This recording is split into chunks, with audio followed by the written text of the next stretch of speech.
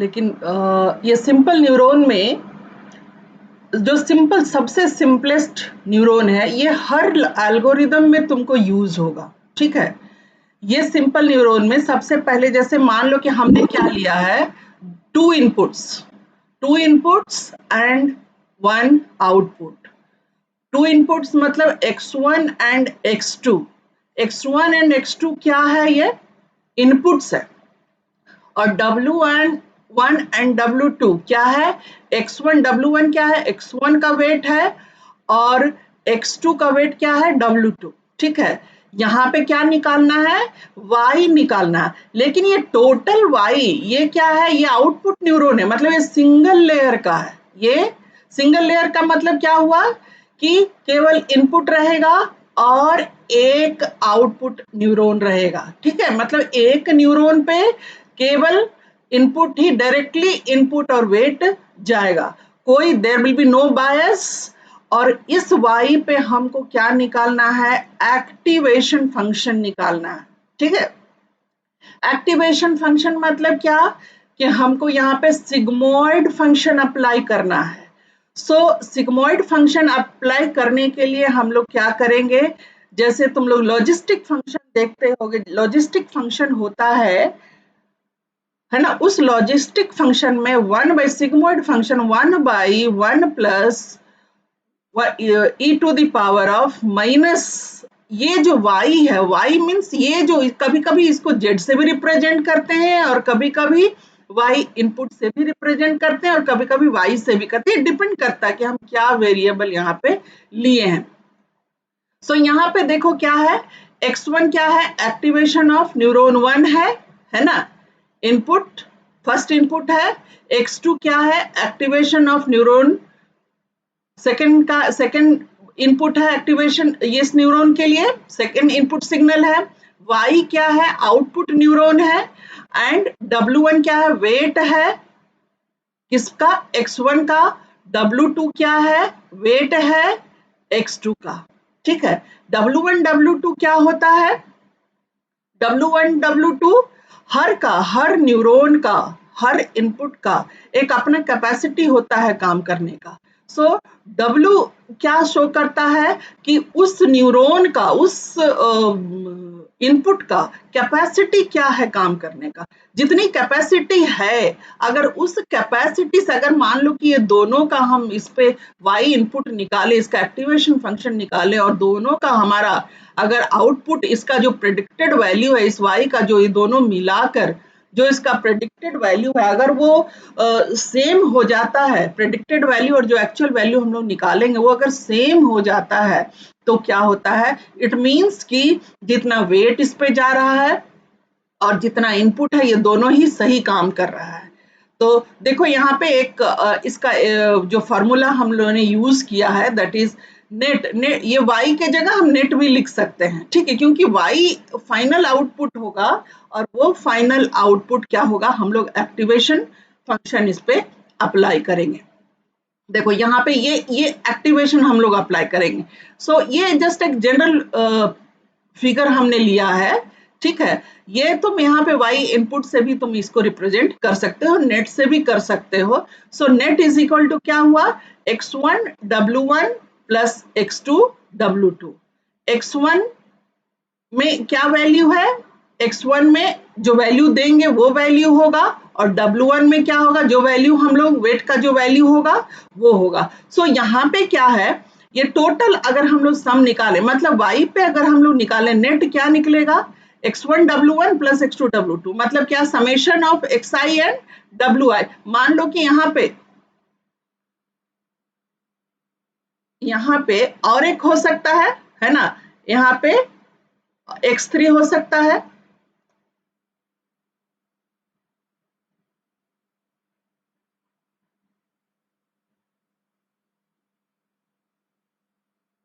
यहाँ पे क्या हुआ, अच्छा ठीक है देखते हैं, ठीक है। ये मान लो कि और ये x3 हो सकता है, ये x4 भी हो सकता है, ठीक है, ये सभी चला जाएगा। यहाँ पे हम लोग क्या कर सकते हैं, इसको या हम जेड नाम रख सकते हैं या फिर हम क्या कर सकते हैं, और यहाँ पे हम क्या नाम रख सकते हैं, y इनपुट भी नाम रख सकते हैं, क्योंकि हमको ये टोटल जो y निकलेगा, इसके बाद जो y निकलेगा वो हमारा क्या होगा, एक्टिवेशन फंक्शन ऑफ क्या होगा, ये y इनपुट हम लोग निकालेंगे। समझ में आया? तो वही y इनपुट, देखो नीचे देखो, ये सॉरी सॉरी यहाँ पे देखो, ये नीचे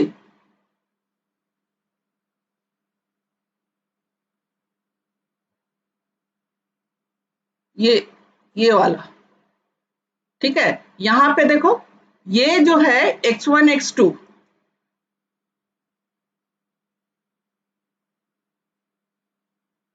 ये यहाँ पे ये समेशन क्या निकालना, पहले समेशन निकाला जो यहाँ पे हम लोग बताए, है ना, ये समेशन xi एंड wi, और उसके बाद क्या ये निकाला, ये एक्टिवेशन, एफ रिप्रेजेंटेड क्या है, एफ से एक्टिवेशन फंक्शन है। So total y is equal to क्या निकलेगा, जो यहाँ पे हम बता रहे हैं, ये वाला जो बताए यहाँ पे, ये एक्टिवेशन फंक्शन y इनपुट, ठीक है।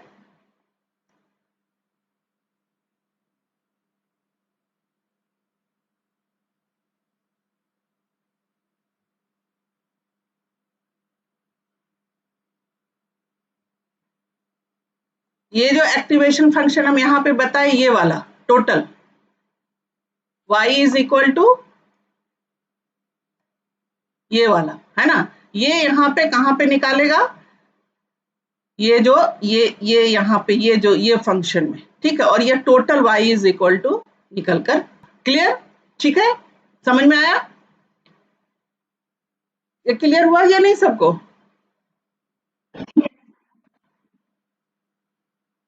अब देखो उसके बाद तुम्हारा था,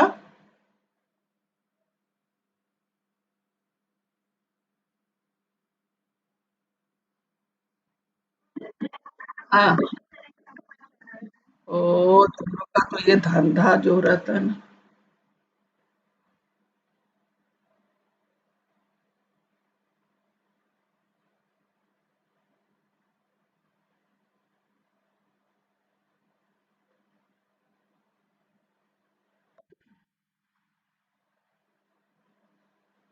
ठीक है।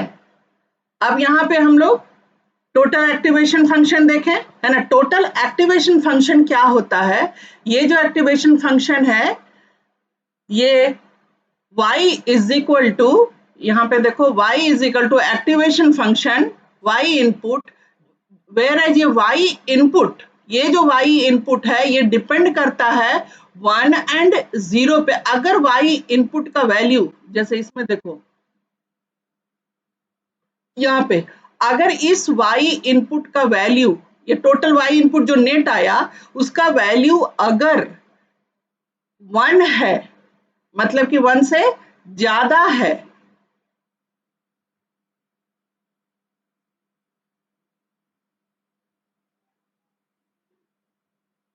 अगर ये 1 से ज्यादा है तब क्या रिटर्न करेगा, वो 1 रिटर्न करेगा, और अगर 1 से कम है मतलब 0 है तो क्या रिटर्न करेगा, 0 रिटर्न करेगा।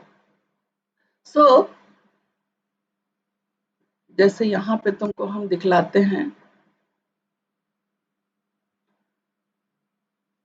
देखो यहाँ पे मान लो कि ये x1 है, ठीक है, और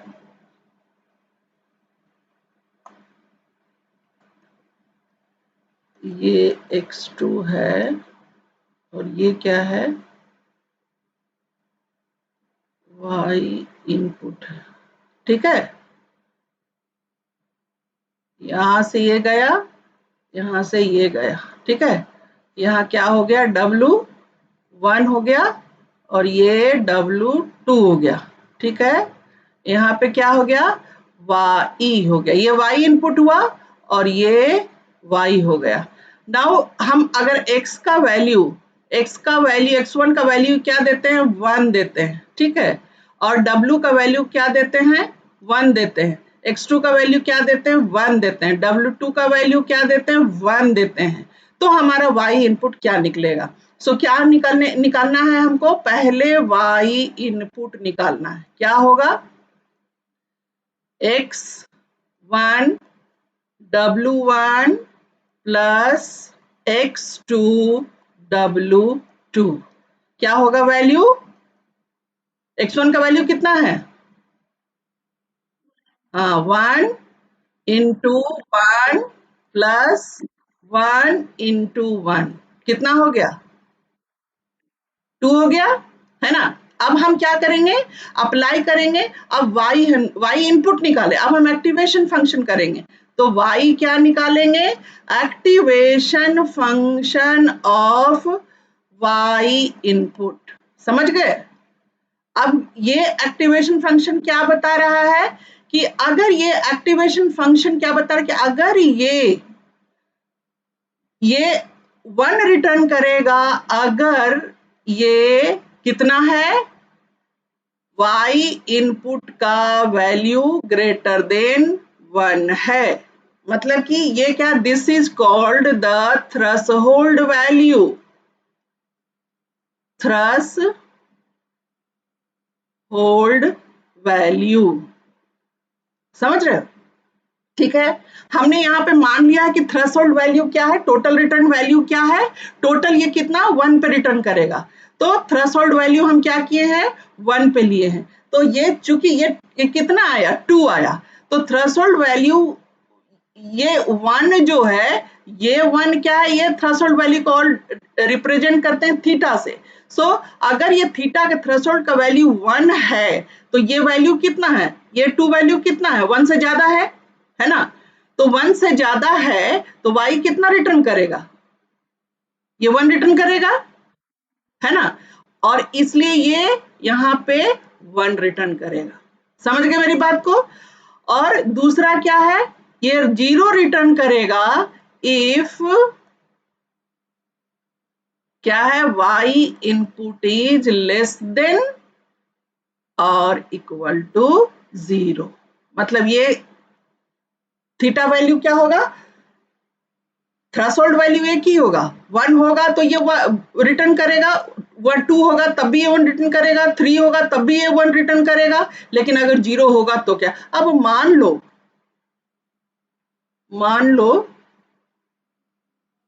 नेक्स्ट पेज लेते हैं।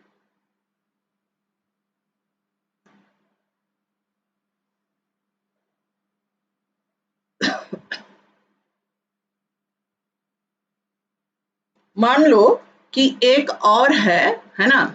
एक और है, मतलब कि हम क्या कर दिए? x1 का वैल्यू हम क्या कर दिए? 1 कर दिए। ठीक है, w1 का वैल्यू हम क्या कर दिए? 1 कर दिए। x2 का वैल्यू हम क्या कर दिए? -1 कर दिए। और w1 का वैल्यू हम क्या कर दिए? 1 कर दिए। तब y इनपुट हमारा क्या रिटर्न करेगा? w1 x1 plus w2 x2, है ना? तो क्या होगा? w1 x1 1 इंटू क्या होगा? 1 प्लस w2 क्या है? 1 इंटू x2 क्या है? -1। तो ये क्या हो गया? 1 माइनस 1 कितना हो गया? ये 0। तो y क्या रिटर्न करे? Activation function. एक्टिवेशन फंक्शन हम क्या करेंगे? y input. ठीक है, तो y इनपुट क्या होगा? ये क्या रिटर्न करेगा? ये 1 होगा। कब? जब y input greater than to 1, है ना? और ये 0 if y input is less than equal to 0। तो ये क्या रिटर्न करेगा? 0 रिटर्न करेगा, है ना? तो ये इस केस में भी एक ट्रू है। क्यों? क्योंकि y इनपुट y x2 कितना जा रहा है? -1 जा रहा है। अब नाउ सपोज करो कि हम यहाँ पे W2 ये W2 हम 2 कर दें, ऐसा हो सकता है। या ऐसा करो कि यहाँ पे x1 1 करो, x2 1 करो, W1 इज इक्वल टू 3 करो, W2 इज इक्वल टू 3 करो, और threshold value theta, threshold value, threshold value कितना ले लो, 2 ले लो। ठीक है, क्लियर है ना। अब y इनपुट कितना होगा, x1 W1 plus x2 W2, है ना। x1 W1 कितना है, x1 कितना है 1 इंटू 3 प्लस 1 इंटू 3, कितना होगा बताओ, 6 होगा। ठीक है, तो y क्या होगा, activation function of y input. तो ये क्या है, चूंकि ये ग्रेटर देन थीटा वैल्यू है, थ्रेशोल्ड वैल्यू है, थ्रेशोल्ड वैल्यू कितना था 2 था, है ना। तो थ्रेशोल्ड वैल्यू से ये ज्यादा है तो क्या रिटर्न करेगा, ये सीधा सीधा 1 रिटर्न करेगा। क्लियर हुआ, ये क्लियर हो गया, एक सिंगल न्यूरॉन किस तरह से काम करता है ना, और थ्रेशोल्ड वैल्यू क्या है, और एक्टिवेशन फंक्शन क्या है। ठीक है,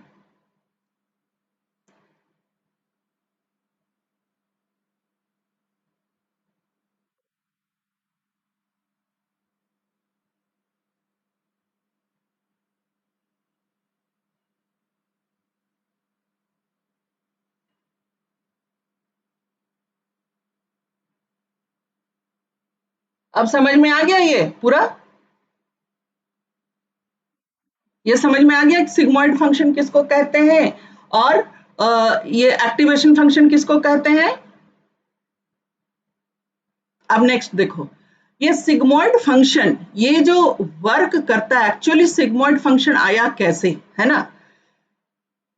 ये दो लॉजिस्टिक फंक्शन जब हम लोग लेंगे, लॉजिस्टिक फंक्शन मतलब कि दो तरह का लॉजिस्टिक फंक्शन होता है, एक तो है कि simple y is equal to function of x, है ना, और दूसरा है कि y इज इक्वल टू क्या होगा, फंक्शन ऑफ x मतलब कि beta 0 plus beta 1 x plus beta 2 x, x1 x2, ये इस इक्वेशन के तौर पे ये काम करता है ना।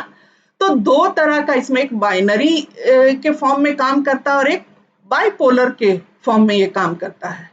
जब ये बाइपोलर, जब ये इक्वेशन, ये जब लॉजिस्टिक होता है, ये जब वर्क करता है, तो क्या फॉर्मूला हम लोग इससे भी ड्रॉ करते हैं, this is the formula, this is the sigmoid function, 1/1 plus e to the power क्या है, 1/1 plus e to the power minus z, where is z क्या है, ये जेड क्या है, ये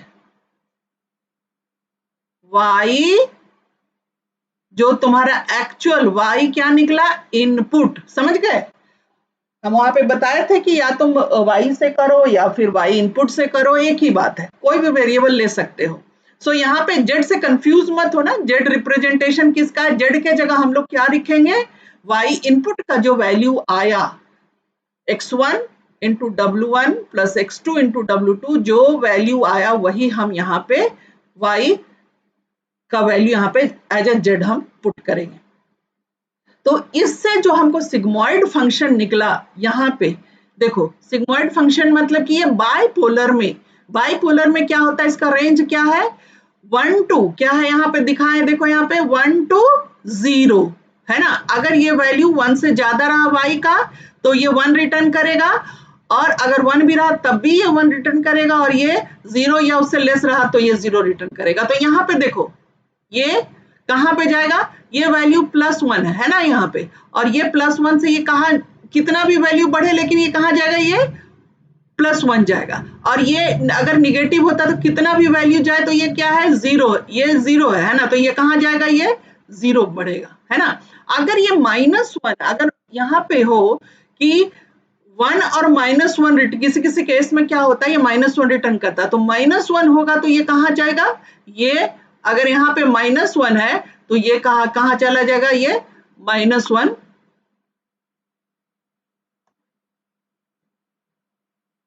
ये यहाँ पे -1 रिटर्न करेगा, और ये हमेशा ये +1 ऐसा रिटर्न करेगा। समझ गए? दिस इज द बाइपोलर, ये बाइपोलर में होगा।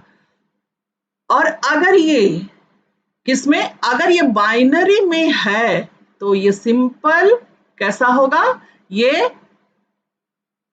इस तरह से वैल्यू रिटर्न करेगा, या फिर अगर निगेटिव है तो इस तरह से करेगा, जो कि सिर्फ y is equal to function of x अगर डिफाइंड है तो। इस तरह जैसे एक्स स्क्वायर का फंक्शन निकालना है, y x 3x का निकालना है, तब ये इस तरह का बाइनरी फॉर्म में निकलेगा। क्लियर है सबको? क्लियर हुआ है ना? तो ये तुम्हारा ये क्लियर हो गया, कैसे आया ये फंक्शन, कैसे सिग्मोइड फंक्शन आया।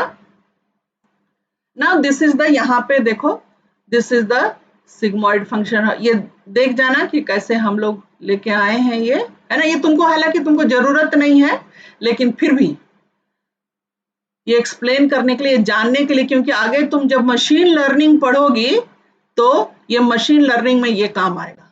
ठीक है, कि हम ऑड नंबर का लॉजिस्टिक लिए, लॉगरिथम ऑफ जेड लिए, Z is equal to beta 0 वो मान लिए, और वो जब हम सॉल्व किए तो ये वैल्यू वापस हम पुट किए और ये हमारा ये आ गया। क्लियर है ना? ये बाइनरी में है, ये बाइनरी थ्रेशोल्ड एक्टिवेशन वैल्यू अभी एक्सप्लेन के बता दिए तुमको, जिसका की रेंज क्या होगा 1 से लेके -1, है ना? ठीक है,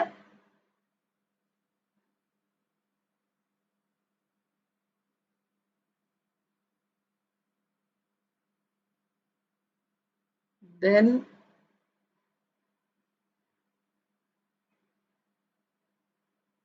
ठीक है। अब नेक्स्ट जब हम लोग नेक्स्ट जब टॉपिक हम लोग शुरू करेंगे, मतलब कि एक इसमें एक एल्गोरिदम है, दैट इज मैककुलक एल्गोरिदम, वो हम नेक्स्ट आज एक्चुअली बताने वाले थे, लेकिन तुम बोले पहले वो एक्सप्लेन कर दीजिए, इसलिए हम वहां पे आ गए। ठीक है, तुमको दिखा देते हैं, और तुमको वो भी दिखा देते हैं हम यहाँ पे।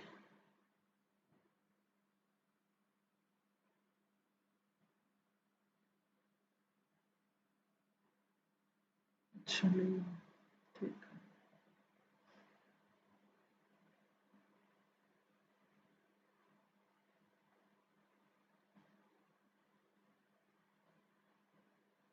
चलो नेक्स्ट हमारा में कुल्लक जब हम लोग स्टार्ट करेंगे तब तुम वो देख पाओगे, सेम कैलकुलेशन हम लोग यूज करेंगे। ठीक है, लेकिन जैसे ही हम लोग मेक कुल्लक के बाद, मतलब नेक्स्ट एल्गोरिदम में हम लोग जैसे हेबियन रूल में जाएंगे, हेब रूल में जाएंगे, तो हेब रूल में बायस एक इंक्लूड होगा, किस पे, न्यूरॉन पे, आउटपुट न्यूरॉन पे एक बायस इंक्लूड होगा। ठीक है, वो बायस क्या है, ये वेट को जितना भी, जैसे जो आउटपुट आता है, वो आउटपुट अगर जितना वैल्यू आउटपुट का आना है अगर उससे कम होता है या उससे ज्यादा होता है, तो ये बायस वैल्यू क्या करता है, उसको एडजस्ट करता है, मतलब कि एक्टिवेशन फंक्शन 1 लाने में ये क्या करता है, मदद करता है। ठीक है, so bias acts exactly as a weight, जैसे कि हम इनपुट में वेट देते हैं तो न्यूरॉन में वो सेम वेट किस तरह से एज अ बायस काम करता है, ताकि अगर नेट आउटपुट अगर हमारा रॉन्ग आ रहा है या कुछ एरर आ रहा है, तो उस बायस वैल्यू को हम लोग क्या कर सकते हैं, एडजस्ट कर सकते हैं। सो एज हम लोग जैसे डिपेंड करता है कि वैल्यू क्या, नेट वैल्यू क्या आ रहा है, उसी तरह से हम लोग बायस को क्या करेंगे, इंक्रीज और डिक्रीज करेंगे, एडजस्ट करेंगे। सिमिलर वे में जैसे हम लोग वेट को एडजस्ट करेंगे, सो ये वेट, जैसे वेट हम लोग इनिशियलाइज करेंगे, उसी तरह बायस को भी हम लोग इनिशियलाइज करेंगे। तो जैसे वेट हमारा 0 और 1 हो सकता है, उसी तरह बायस भी हमारा 0 एंड 1 हो सकता है। सो इसका जब फॉर्मूला जब हम लोग हेव रूल में आएंगे, मतलब कि यहाँ पे जब ये वाला होगा तो हमारा हेव रूल में जब हम अप्लाई करेंगे तो ये क्या हो जाएगा, X I W I and plus B. अभी तक हम लोग सिर्फ क्या कर रहे थे, ये पोर्शन ही कर रहे थे, मतलब मैं कुल्लॉक तक हम लोग केवल इतना करेंगे, हम लोग बायस वैल्यू उसमें नहीं डालेंगे। लेकिन जैसे ही हम लोग मैं कुल्लॉक से आगे बढ़ेंगे, मतलब हेव रूल में हम आएंगे, तो ये क्या हो जाएगा, बायस हम लोग उसमें इंक्लूड करेंगे। और ये थ्रेशोल्ड का वैल्यू सेम रहेगा, मतलब थ्रेशोल्ड का वैल्यू हो सकता है कि इसमें और एक हो जाए कि ये 0 रिटर्न करेगा if value y of input is equal to 0, और लेस देन अगर ये 0 रहेगा तो ये क्या होगा, -1 रिटर्न करेगा। So this is the bias. Then next,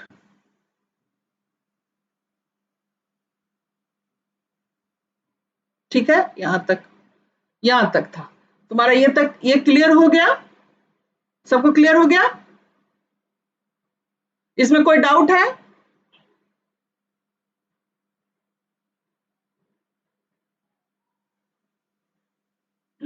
नहीं ना? अब तुम बना लोगे, इस तरह का कोई भी क्वेश्चन आएगा तो तुम बना लोगे। चलो ठीक है, फिर नेक्स्ट हमारा है टाइप्स ऑफ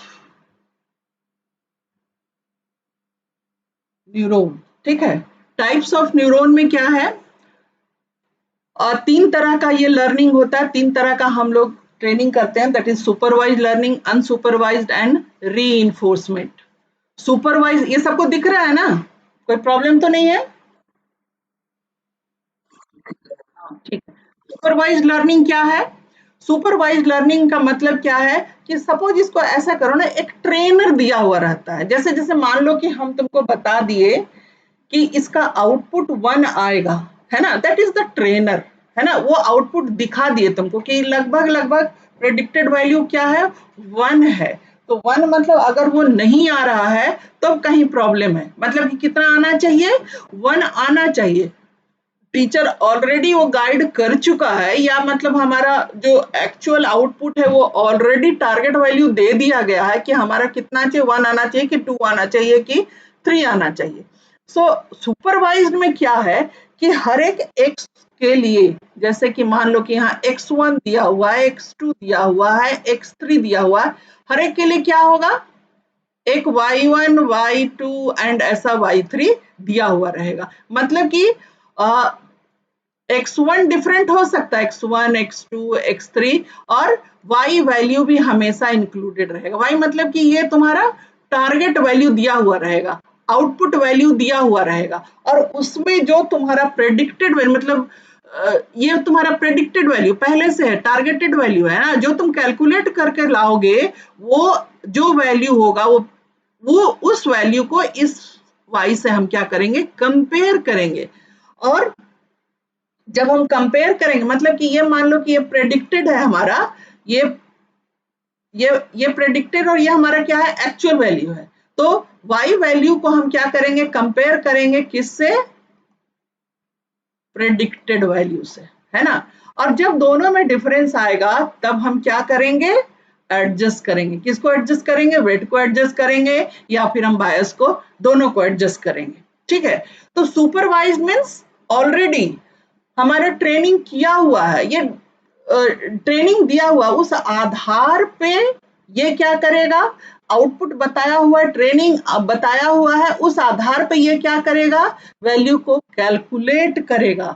और जब वैल्यू कैलकुलेट करेगा तो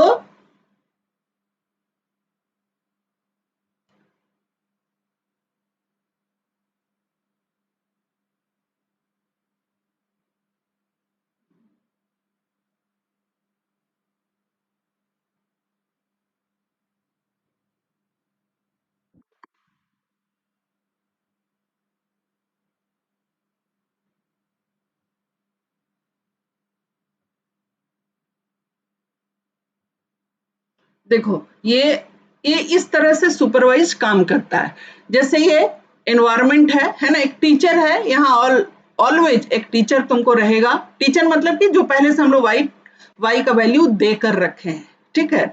और ये क्या करेगा, ये मशीन लर्निंग में ये इस तरह से काम होता है। और एनवायरमेंट से क्या करेगा, ये वेक्टर्स जैसे इनपुट का वेरिएबल लेगा, है ना, या डेटा वैल्यू लेगा, वेट का वैल्यू लेगा, और ये क्या करेगा, लर्निंग मेथड ये कैलकुलेट करेगा, जैसे हम लोग x1 w1 ये सब कैलकुलेट करते हैं, ठीक है। वो एक्चुअल रिस्पॉन्स आया, ठीक है, और ऑलरेडी ये डिजायर ये वैल्यू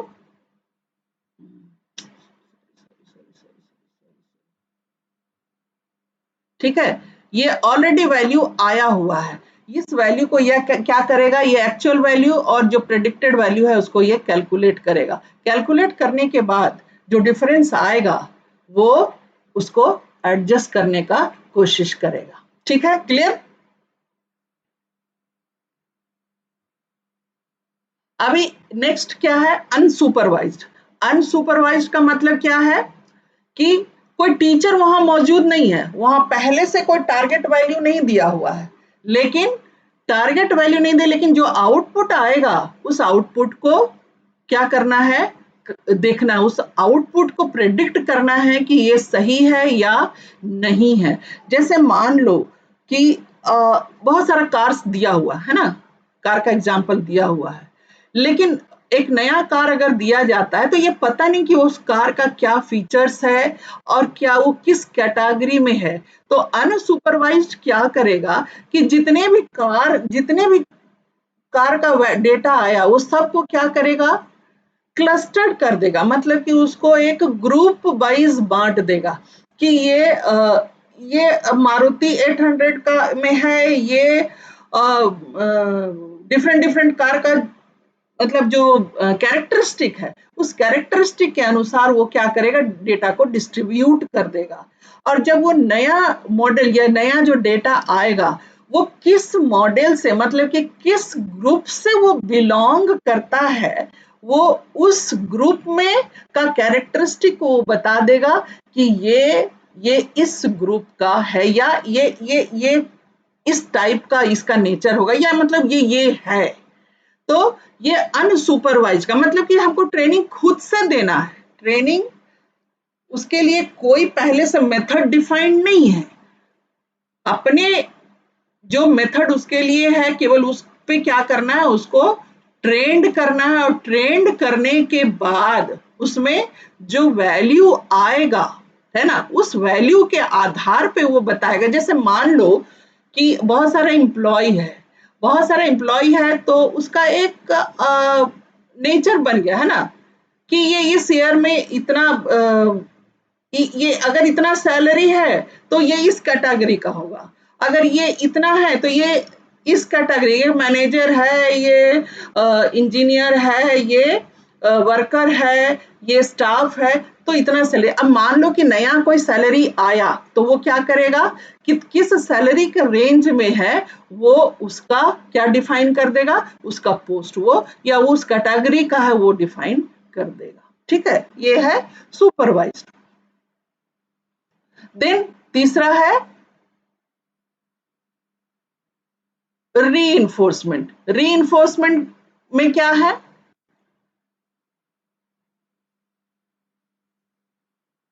रीइंफोर्समेंट में क्या है कि फोर्स बाय फोर्स, जैसे मान लो कि खुद से वो लर्न करेगा, ठीक है। जैसे मान लो कि तुम साइकिल सीखते हो, है ना, साइकिल सीखते हो तो क्या करते हो, एक बार चलाना सीखते हो, एक दो बार चलाते हो, है ना, लेकिन एक बार जब तुम चलाते हो तो देखते हो कि अच्छा कितना पे ये आगे बढ़ रहा है, कितना पे ये पीछे जा रहा है, हमको आगे चलना होगा, पीछे चलना होगा। मतलब कि जो इम्प्रूवमेंट होता है उस इम्प्रूवमेंट के आधार पे हम क्या करते हैं, खुद से लर्न करते हैं कि कहाँ पे ब्रेक, कितना ब्रेक लगाने से कितना रुकता है, कितना ब्रेक लगाना होगा, कहाँ पे ब्रेक लगाना होगा। तो ये हम क्या करते हैं, प्रैक्टिस से प्रैक्टिस करते हैं, और प्रैक्टिस के बाद खुद से ट्रेनिंग, खुद में सेल्फ ट्रेनिंग करते हैं और प्रैक्टिस करते हैं। प्रैक्टिस के आधार पे जो हम लर्न करते हैं, जो हमारा इम्पैक्ट, जो रिवार्ड आता है, उस रिवार्ड पे हम क्या करते हैं, फिर वर्क करते हैं और इम्प्रूव करते हैं, फिर और इम्प्रूव करते हैं। तब तक हम लोग इम्प्रूव करते जाते हैं जब तक कि हमारा पूरा आउटपुट मैच नहीं हो जाता है। तो ये इसका वर्किंग फंक्शन है रीइंफोर्समेंट लर्निंग का। रीइंफोर्समेंट क्या है? परफॉर्मेंस इवैल्यूएशन है। हर बार हम सीखते हैं क्या? परफॉर्मेंस से पिछला पिछला क्या हुआ, उसके बाद उसमें क्या एडवांसमेंट, मतलब अगर हम इतना अच्छा किए, जैसे जैसे ये ठीक उसी तरह का जैसे पढ़ाई है ना, रिजल्ट है। अगर तुम पढ़ते हो एक बार, तो जब टेस्ट देते हो तो तुमको लगता है कि हाँ यहाँ हमारा 60% आया, नहीं हमको 70% लाने के लिए हमको क्या करना, इस तरीके से हम पढ़े तो हमको 60% आया, तो इस तरीके से अगर हम पढ़ेंगे तो 70% आएगा। तो तुम क्या करते हो? अपने में इंप्रूवमेंट लाते हो, और अपना इंप्रूवमेंट में फिर जब उसका रिटर्न आता, मतलब जब उसका परफॉर्मेंस इवैल्यूएशन होता है, तब वो 70% आता, तो तुम फिर उसमें इंप्रूवमेंट करते हो, और इस तरह से तुम करते जाते हो जब तक कि 100% आउटपुट से वो मैच नहीं कर जाता है। सो दिस इज द रीइंफोर्समेंट, मतलब कि कोई इन्वायरमेंट में क्या है, कोई रिवार्ड है, उस रिवार्ड से तुमको रिवार्ड को देखते हुए खुद को सेल्फ को ट्रेंड करते हो, और ट्रेंड करने के बाद तुम जो इम्प्रूवमेंट, जो लर्निंग है, जो लर्निंग मेथड जो तुम बनाते हो, जो बढ़ाते हो, और जो परफॉर्मेंस इवेलुएट होता है, उस परफॉर्मेंस को जब इवेलुएट करते हो और बेटर परफॉर्म करते हो, तब तुम क्या करते हो? इनहैंस करते जाते हो, मतलब कि वो ट्रेनिंग बढ़ाते जाते हो, और वो तब तक करते जाते हो जब तक कि तुम्हारा आउटपुट मैच नहीं होता है। तो ये हुआ तुम्हारा टाइप्स ऑफ न्यूरल नेटवर्क। तो ये टाइप्स ऑफ न्यूरल नेटवर्क